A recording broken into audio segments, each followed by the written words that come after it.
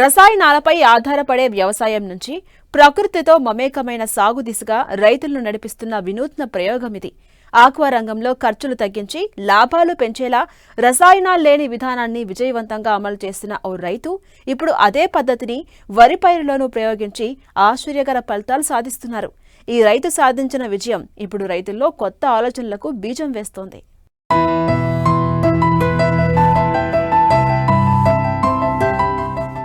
Corona కాలం ప్రతి ఒక్కరిని ఆరోగ్యంపై ఆలోచింపచేసిన సమయం. అదే సమయంలో ఆరోగ్యకరమైన రసాయన రహిత ఆహారం తీసుకోవాలనే ఉద్దేశంతో ఆక్వాకల్చర్ రంగంలో ఇప్పటికే రీసెర్చ్ చేసి విజయం సాధించిన కర్నూలు జిల్లా పగిడియ్యాల మండలం నెహ్రూ నగర్ గ్రామానికి చెందిన జల్లి వెంకటేష్ ఒక సాహసోపేత నిర్ణయం తీసుకున్నారు.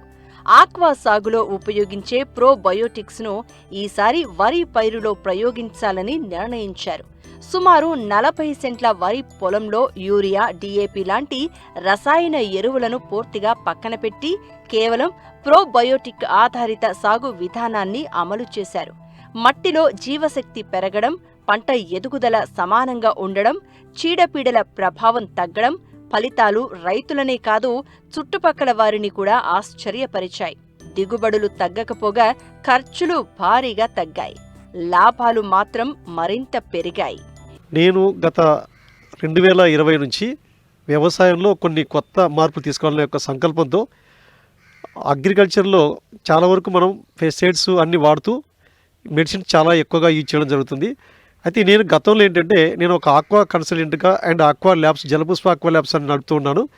సో ఆ క్రమంలో అక్కడ ఏంటంటే ఆక్వాకల్చర్లో కూడా చేపలు, రొయ్యల పెంపకంలో నేను వినూత్నమైనటువంటి విధానాన్ని తీసుకోవడం జరిగింది. అదేంటంటే జంతు వృక్ష ప్లవకాలపైన మాత్రమే రొయ్యలు సాగు జరగాలి, అదే మేతగా తీసుకుంటూ అవి అభివృద్ధి చెందాలనే ఉద్దేశంతో నేను తీసుకోవడం జరిగింది. అయితే ఆ క్రమంలో అక్కడ కూడా ఏంటంటే ఆక్వాకల్చర్లో కూడా చేపలకు, రొయ్యలకు రసాయనాలు వాడకుండా కేవలం ప్రొబయోటిక్ సిస్టంలో చేస్తే ఎలా ఉంటుందని చెప్పి 8 సంవత్సరాలు రీసెర్చ్ చేసి ఆ తర్వాత నేను అక్కడ ఇది ఎప్పుడైతే ఆల్గేస్ పైన రీసెర్చ్ చేశానో దాన్ని ఇంట్రొడ్యూస్ చేయడం జరిగింది. అక్కడ ఆక్వాలో అత్యధిక లాభాలు వచ్చేలాగా రైతులకు ఎలాంటి నష్టాలు రాకుండా నేను జాగ్రత్త పడుతూ ఓన్లీ ప్రొబయోటిక్ సిస్టంలో మాత్రమే కల్చర్ చేయడం జరుగుతుంది. అలాగే అక్కడ మేత తగ్గిస్తూ కేవలం వృక్ష జంతు ప్లవకాలతో మాత్రం రొయ్యలు సాగు జరగాలనే ఉద్దేశంతో అక్కడ ఏదైతే నేను నిర్ణయం తీసుకొని 8 సంవత్సరాలు రీసెర్చ్ చేసి అక్కడ సత్ఫలితాలు తీసుకున్నానో అదేవిధంగా నేను 2020లో లాక్డౌన్ పీరియడ్లో మా విలేజ్కి రావాల్సి వచ్చి ఇక్కడ స్టక్ అయిపోవాల్సి వచ్చింది. ఆ క్రమంలో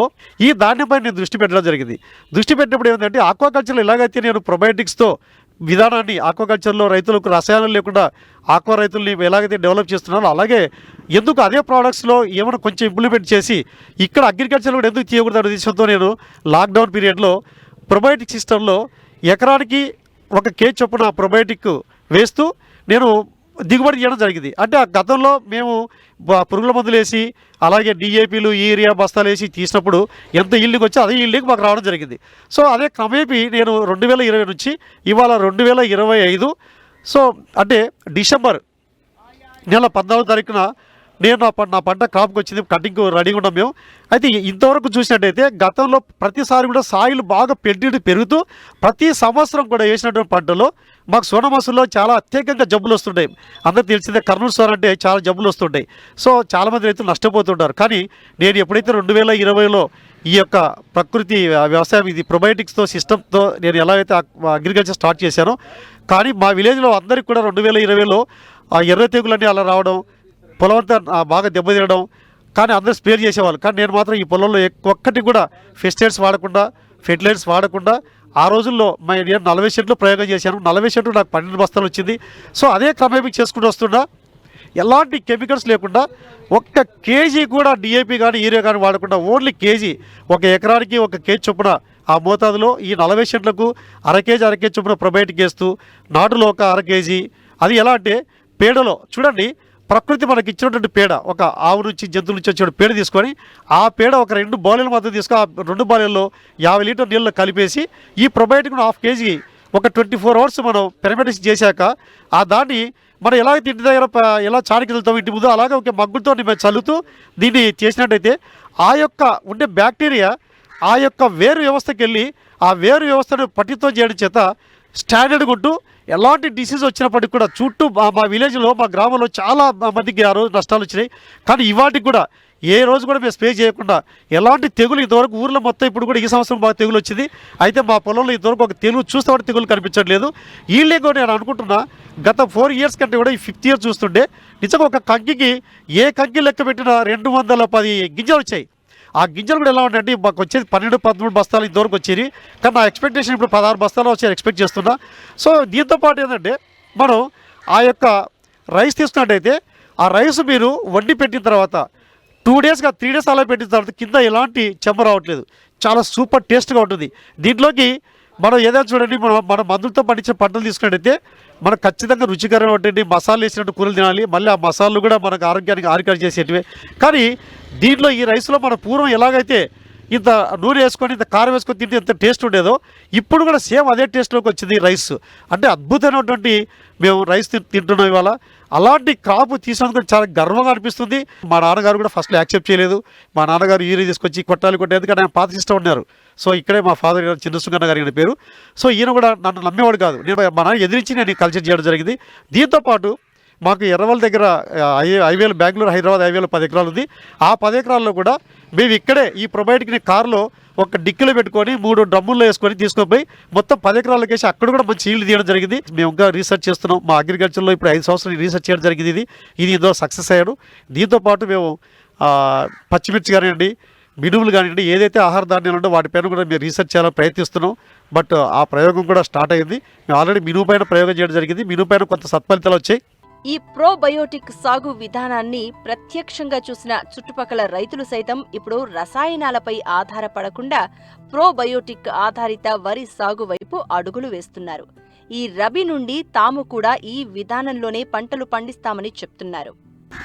మా ఫ్రెండు జల్లి వెంకటేశ్వర గారు ఇక్కడ ప్రొబయోటిక్ కానీ ఒక మందు తీసుకొచ్చి అతను ఏ మందు లేకుండా, రసాయనాలు లేకుండా, పిచికారీ లేకుండా పండిస్తున్నాడు అతను. అలాగే మేము కూడా ఆయనలాగానే చేయాలని అనుకుంటున్నాను. వచ్చే సంవత్సరం నుంచి మొదలు పెట్టాలనుకుంటున్నాను. ఒక 1/2 ఎకరా స్టార్ట్ చేసి తర్వాత నాకు 3 ఎకరాల పొలం ఉంది. ఆ 3 ఎకరాల్లో నేను కూడా వేయాలనుకుంటున్నాను. పంట కూడా చాలా బాగుందండి. మేము వేసిన పంట నేను కూడా ఆల్రెడీ ఇప్పుడు మందులు వేసి డిఏపీలు, యూరియాలు, తర్వాత పిచికారీ చేసడము, ఏదో మందులు కొట్టి ఆ పంటలాగానే ఈ పంట కూడా వచ్చేస్తుందండి. హాని దీనికి ఒక 2 సంచులు అట్లా ఉంటుంది అంతేండి. కానీ ఎక్కువ ఖర్చులు అవుతుంది కండి. ఇప్పుడు మామూలుగా పిచికారీ చేయాలనే ఖర్చులు వస్తుంది. ఒక డిఎఫ్ సంచి చేయాలనే 1800 దాదాపు అవుతుంది. ఏ మందు కొట్టాలన్నా 1000-1500 అవుతుంది ఎకరకు. ఖర్చు లేదు. మళ్ళీ పిచికారీ చేయాలన్నా కూడా ఒక ఎకరాకు వచ్చేసి 600-700 రూపాయలు కూలీ. ఒక మంచి పిలిచాలా, ఒక నీళ్ళు మోయడానికి ఒక మంచి, 2 మనుషుల కూలీలు 2000 అవుతుంది. ఇది ఒక మనిషితోనే అయిపోతుంది. అంతా ఒక గంట 2 గంటల సేపల ఎకరా నేనే వెళ్ళాను కదా. ఈ విధానం బాగుంది, చాలా బాగుంది. ఆక్వా నుంచి వరి వరకు ఒక రైతు చేసిన ప్రయోగం ఇప్పుడు ఉద్యమంగా మారుతోంది. రైతుకు లాభం, వినియోగదారుడికి ఆరోగ్యం, ప్రకృతికి రక్షణ. ఇదే జల్లి వెంకటేష్ చూపించిన రసాయన రహిత సాగు మార్గం.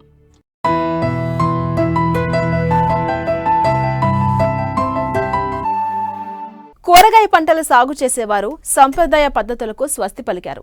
తక్కువ సమయంలో నాణ్యమైన అధిక దిగుబడులను తీసి ఆదాయం గడించాలనే ఉద్దేశంతో నర్సరీ నారు మొక్కల వైపు మొగ్గు చూపిస్తున్నారు. ఇందుకు తగ్గట్టుగానే అనేక నర్సరీలు వెలుగొందుతున్నాయి. నర్సరీల నిర్వహణలో లాభాలు కూడా అదే స్థాయిలో ఉండడంతో నర్సరీల ఏర్పాటు చేసి స్వయం ఉపాధి పొందుతున్నారు కృష్ణా జిల్లాకు చెందిన ఓ రైతు.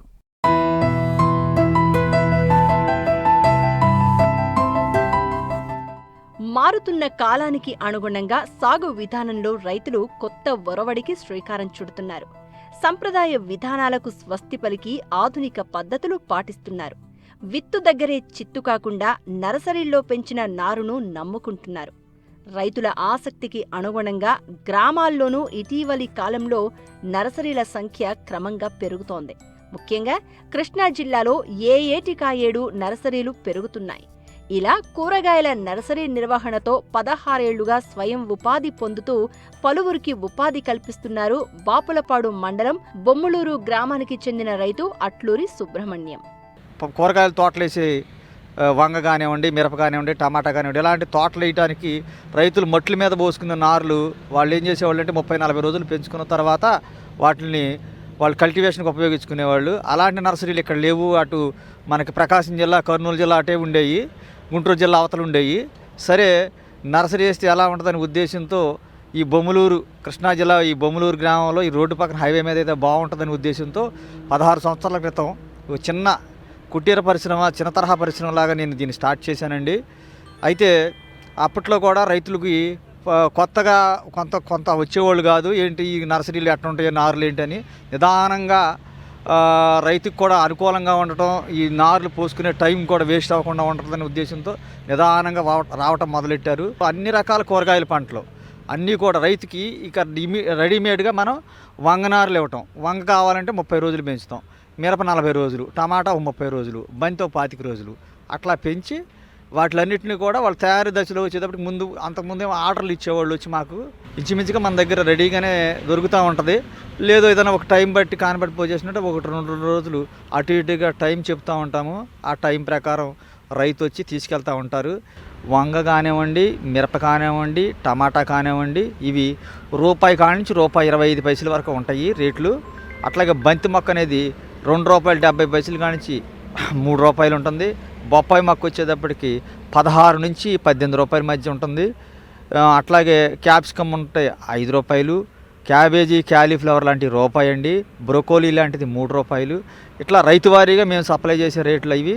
మేము అన్నీ కూడా మొత్తం బ్రాండెడ్ కంపెనీలే. బేర్ కంపెనీ కానివ్వండి, సింజంటా కంపెనీ అని, అట్లాగే సెమినీస్ కంపెనీ, మాన్సెంటా కంపెనీ అని, అట్లాగే జిందాల్ కంపెనీ, అట్లాగే మన నాందారి కంపెనీ, నాంగు అని, తర్వాత ఎండస్ అని, అట్లా ఎంఎన్సి కంపెనీలు అన్నీ కూడా మల్టీనేషనల్ కంపెనీల విత్తనాలనే వాడతామండి.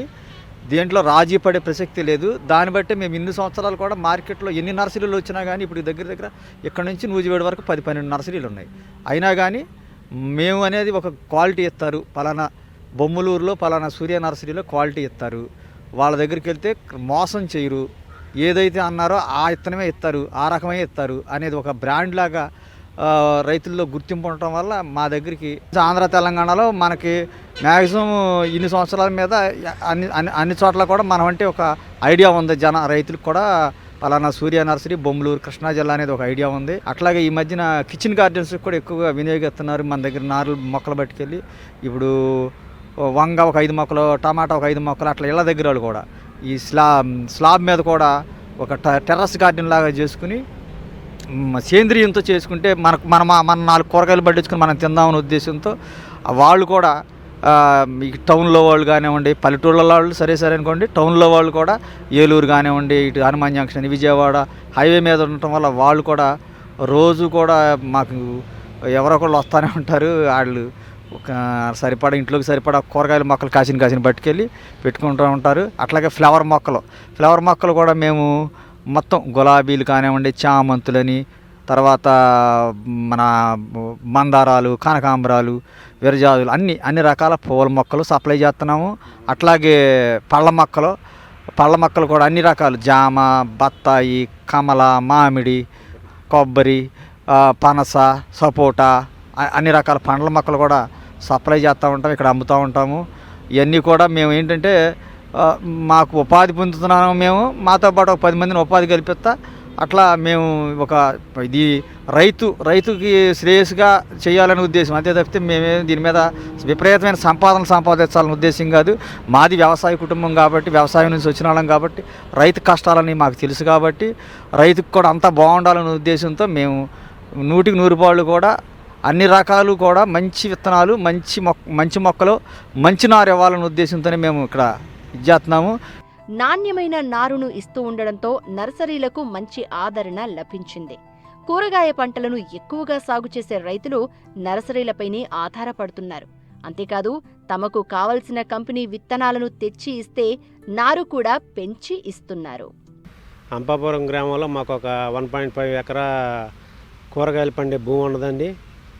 ఈ భూమి కోసం మేము మొక్కలు ఇది టమాటా కానీ, వంగ కానీ, పచ్చిమిర్చి అలాంటివి పెట్టడానికి మేము ఎతుకుతూ ఉండగా మాకు బొమ్మలూరు నర్సరీ, సూర్య నర్సరీ ఉందని తెలిసింది. ప్రొపరేటర్ సుబ్రహ్మణ్యం గారు బాగా మంచి నాణ్యమైన మొక్కలు ఇచ్చి మాకు బాగా సహకరించారు. ఆయన చెప్పినట్టుగానే నమ్మకంతో మాకు వంగ కానీ, మిర్చి కానీ, టమాటా కానీ ఆయన ఏ మొక్క ఇచ్చినా సరే ఆయన చెప్పిన దిగుబడి మాకు వచ్చిందండి. ప్రాపర్టీ బాగానే ఉందండి మాకు. అందువలన మేము ఎప్పుడూ కూడా సూర్య నర్సరీలోనే మొక్కలు తీసుకెళ్తాకు సిద్ధపడతా ఉంటామండి మేము. మనకి ఏదైనా సరసమైన ధరలో అండి మంచి నాణ్యమైన మొక్కలు ఉన్నాయి ప్రతివి కూడా. ఇవి మామూలుగా ఏదైనా బొప్పాస్ అవనండి, మన మామిడి అవనండి, అన్నీ కూడా బాగున్నాయి సార్. పంట కూడా దిగుబడి మంచిగా ఉంటుంది సార్.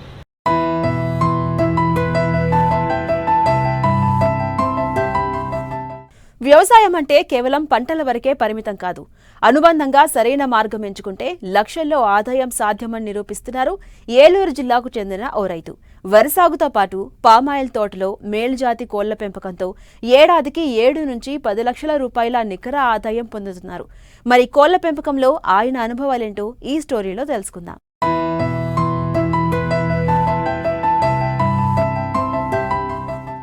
ఇదిగో ఇక్కడ కనిపిస్తున్న ఈ పామాయిల్ తోటలో పెరుగుతున్న ఈ కోళ్లను చూడండి. ఇవన్నీ జాతి కోళ్లే. ఇందులో కోడి డేగ నుండి అబ్రాస్ వరకు అన్ని రకాలు ఉన్నాయి. వీటిని పెంచుతున్న ఈ రైతు పేరు నాగరాజు. ఏలూరు జిల్లా ఆగిరిపల్లి మండలం కలటూరు గ్రామానికి చెందిన ఈయన సాంప్రదాయ వ్యవసాయానికి ఆధునిక ఆలోచనలను జోడించి విజయవంతమైన రైతుగా నిలిచారు. వ్యవసాయంతో పాటు అనుబంధ రంగాలను సమర్థంగా వినియోగిస్తే ఎలా లాభాలు పొందవచ్చో చూపిస్తున్నారు రైతు నాగరాజు.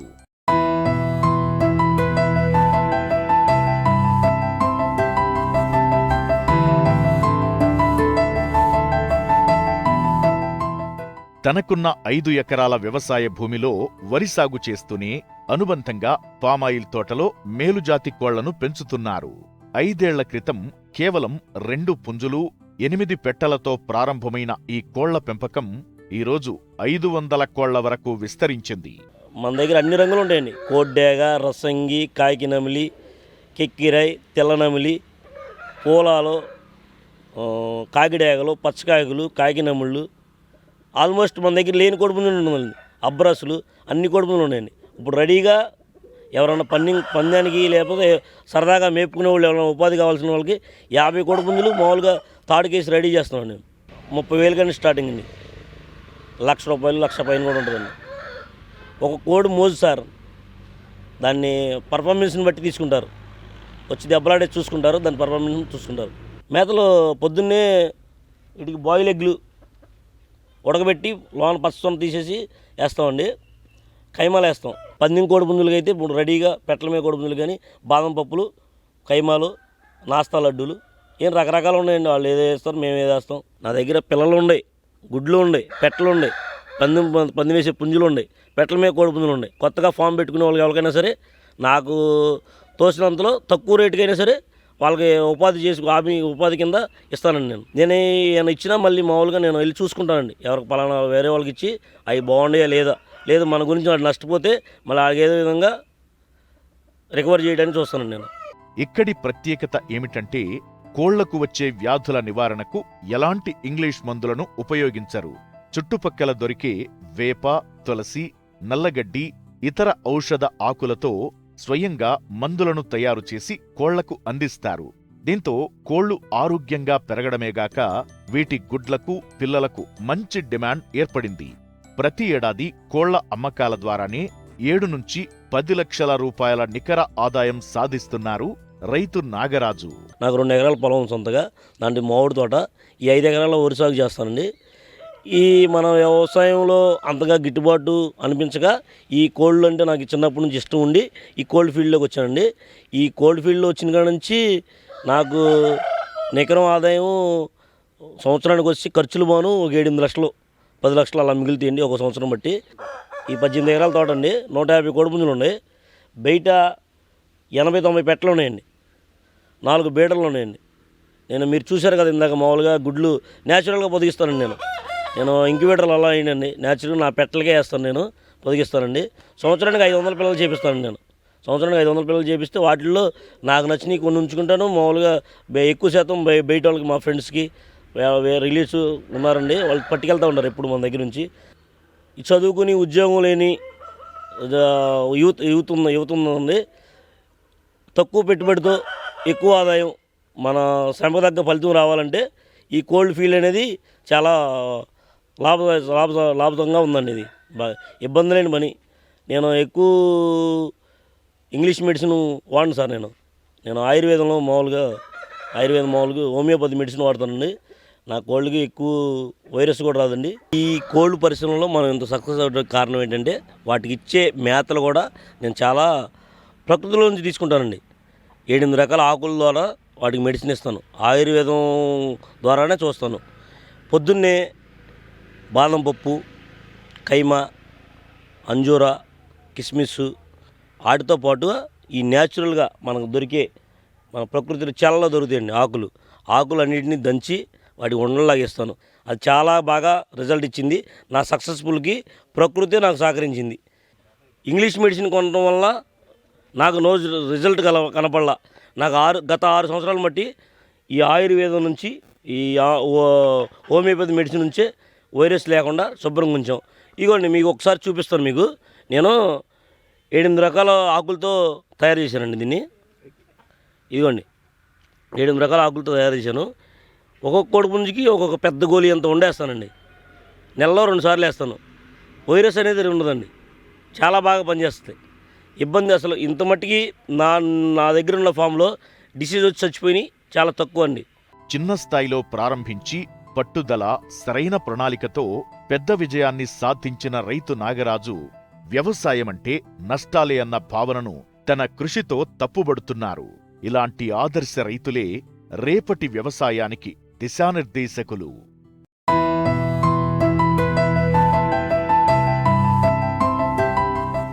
మరిన్ని ఆసక్తికరమైన విశేషాలతో ప్రతిభా బయోటెక్ సమర్పించు మట్టి మనిషి కార్యక్రమంలో మళ్ళీ కలుసుకుందాం. అంతవరకు సెలవు. నమస్కారం.